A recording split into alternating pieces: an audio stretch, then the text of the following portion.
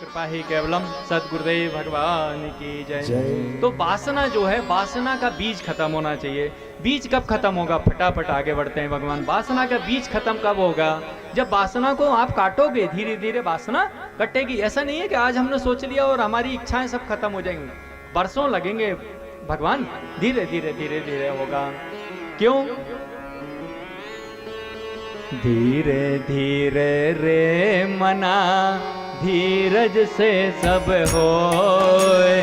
माली सींचे सो गड़ा, दुआ में फल हो। माली सींचे सो गड़ा, दुआ में फल हो। फल ऐसे नहीं लग सकते हैं। कब लगेंगे? जब ऋतु आएगी तभी फल लगेंगे, उसके पहले पहले नहीं लग सकते हैं भगवान। तो वासना का क्षय, वासना का क्षय हो। अब क्षय कैसे होगा? आगे वासनाओं को, इच्छाओं को हम जाने तो हम ज्ञान मार्ग में हैं। हम लोगों का आंख बंद करके ध्यान करना तो एक अलग बात है, वो तो योग मार्ग है। ज्ञान मार्ग तो स्थिति यह है कि आप सारी चीजें समझते जाएं।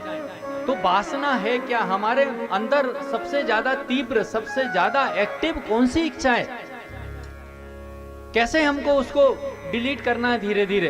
तो आगे तो वासना में परिवर्तन, वासना का आगे चेंज होगा, फिर छह मतलब आगे समझेंगे वासना को, इच्छा को समझेंगे, कौन सी इच्छा ज्यादा बलवती है, उसका फिर परिवर्तन करेंगे। यदि बहिर्मुखी है तो उसी वासना को, रूप को, रस को, गंध को, स्पर्श को, जो संसार की ओर जा रही है, उसको अंदर लेंगे, भगवान की तरफ करेंगे। तो वासना का क्या हो जाएगा? परिवर्तन हो जाएगा। जितनी भी वासनाएं हैं वो सब भगवान की तरफ डाल दो तो परिवर्तन हो गया। परिवर्तन के बाद फिर धीरे धीरे काट दो ना। क्यों? क्योंकि सत्व गुण में आप आ गए। रज और तम गुण जो है वो संसार में पड़ने का कारण है, अविद्या माया है। वो जो सत्व गुण है वो विद्या माया है, वो नाव है, नर्मदा जी को पार करना है।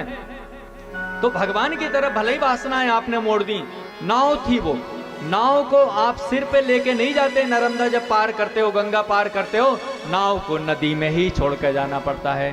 तो जो सत्व गुण है, जो भगवान का हम भजन कर रहे हैं, वासना भगवान की तरफ हमने मोड़ दी, उसको भी अल्टीमेटली, नाव को भी हमें संसार में ही छोड़ना पड़ेगा। तो वो नाव है सत्व गुण। तो इस तरीके से वासना का परिवर्तन, वासना का क्षय और वासना के बीच की निवृत्ति ये होगी। जिस दिन बीज की निवृत्ति हो जाएगी उस दिन हमें स्वरूप का ज्ञान हो जाएगा, इनलाइटमेंट हो जाएगा, आत्म साक्षात्कार हो जाएगा। तो ये ही 12 स्कंद हैं। अब मेरे से सुन लीजिए आप, कौन सा स्कंद क्या है। अब हम जिस स्कंद में प्रवेश करने जा रहे हैं वो अधिकार स्कंद है कि किसको कथा सुनने का अधिकार है, और यदि वो वैसा नहीं है तो उसको वैसा बन के कथा सुनना चाहिए। दूसरा जो स्कंद है भगवान, वो साधन स्कंद है कि हमको क्या क्या साधन करना है। तीसरा जो स्कंद है कि भगवान कर क्या रहा है, आगे हम उसके बारे में जाने तो तब तो हम अपनी वासनाएं, अपनी इच्छाएं उसके ऊपर थोपें। तो कर क्या रहा है अभी सृष्टि में, भगवान क्या कर रहा है? तो वो सृष्टि कर रहा है। तो कैसी सृष्टि करता है? एक तो जो हम देखते हैं वो सृष्टि करता है, एक अर्थ धर्म काम मोक्ष की विशिष्ट सृष्टि करता है। तो तीसरा स्कंद जो है वो सृष्टि का आएगा। चौथा स्कंद जो आएगा वो विशिष्ट सृष्टि का आएगा। अब बोले बाबा उसके बाद क्या है? बोले पांचवा जो आपका जो स्कंद आने वाला है भगवान, वो देश और काल का आने वाला है। देखो हम बहुत सीमित हैं, हमारी उम्र, तो हम समझते हैं कि ये सब 100 साल के अंदर हो रहा है। ये समय भी जो है, समय भी अनंत है। हमारे लिए 100 साल है, हमारा जो बच्चा है उसके लिए तो वो कंटिन्यूएशन में है ना समय, उसका जो बच्चा होगा उसके लिए भी वो समय कंटिन्यूएशन में होगा। हमारा जो बुजुर्ग थे अब शरीर में नहीं है, उनने भी वो समय देखा। पीपल का या बरगद का कोई पेड़ है जो 1000 वर्ष का है, वो उसने तो 1000 वर्ष का समय देखा। ब्रह्मा जी का एक क्षण जो है हमारे पृथ्वी लोक के 1 वर्ष के बराबर है। उनकी उम्र यदि देखी जाए 100 वर्ष ब्रह्मा जी की उम्र होती है, तो वो लगभग खरबों में है। तो उनके लिए खरब काल है, हमारे लिए साल काल है। तो काल कोई छोटा नहीं है, और इसलिए कहते हैं ये जो कालों का काल है वो महाकाल है और वो अनंत है। ऐसे ही ब्रह्मांड, ये तो हो गई काल की बात। दूसरी बात देश की, हम सोचते हैं कि ये पृथ्वी है, इस पृथ्वी जैसी कितनी पृथ्वी तो इसी सौरमंडल में होंगी भगवान, इसी गैलेक्सी में होंगी। फिर हम 7वें तल पर हैं गैलेक्सी के, इसके ऊपर और 7 तल हैं, ना जाने वहां तक तो मंगल ग्रह तक तो मतलब पहुंच हो सकती है, और आगे आगे क्या है नहीं मालूम बाबा। तो कितना विस्तार है, कोई साइंस भी आज तक नहीं देख पाया कि कितना विस्तार है। भागवत महारानी कहती है कि देश का भी जो जगह है उसका विस्तार भी अनंत है। मतलब भगवान देश में भी अनंत है और काल में भी, समय में भी अनंत है, इसलिए वो महाकाल है, इसलिए उसका नाम महाकाल है। वो कालों का काल है। हमारे लिए काल 100 साल है, किसी के लिए 1000 साल है। तो ये देश और काल से इसलिए इसका वर्णन आया ताकि आप समझ लो कि आपका स्वरूप जो है, आप ना तो कभी मरे हो ना कभी आप जिंदा होगे, आप इस शरीर में आए हो, इसलिए आप अपने को 100 साल में सीमित कर रहे हो। बाबा आप आत्मा हो, आप अनंत हो, उसी पर ब्रह्म परमेश्वर भगवान श्री कृष्ण चंद्र की आप ही आपकी आत्मा है, उससे आप एक हो, वही आपके स्वरूप में बना है। तो आप अपने को तुच्छ नहीं समझो। हमारी सबसे बड़ी हीनता यही है कि हम अपने आप को बहुत छोटा समझते हैं, हम ऐसे नहीं हैं। तो देश काल का आएगा 5वां। छठवां बड़ा महत्वपूर्ण, बहुत महत्वपूर्ण है। छठवें में क्या कह रहे हैं भगवान की, छठवें में भागवत में क्या प्रसंग आने वाले हैं। ये जो सृष्टि है ये भगवान का बगीचा है, इसको भगवान सींचता भी है।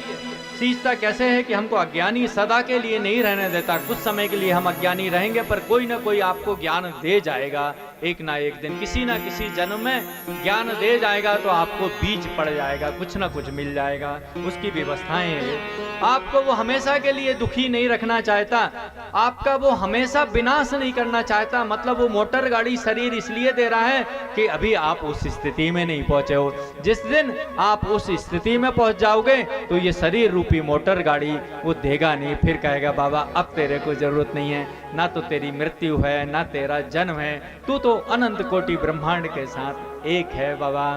तो ये तीनों चीजों को वो सींचता है। तो ये 6वां स्कंद आएगा।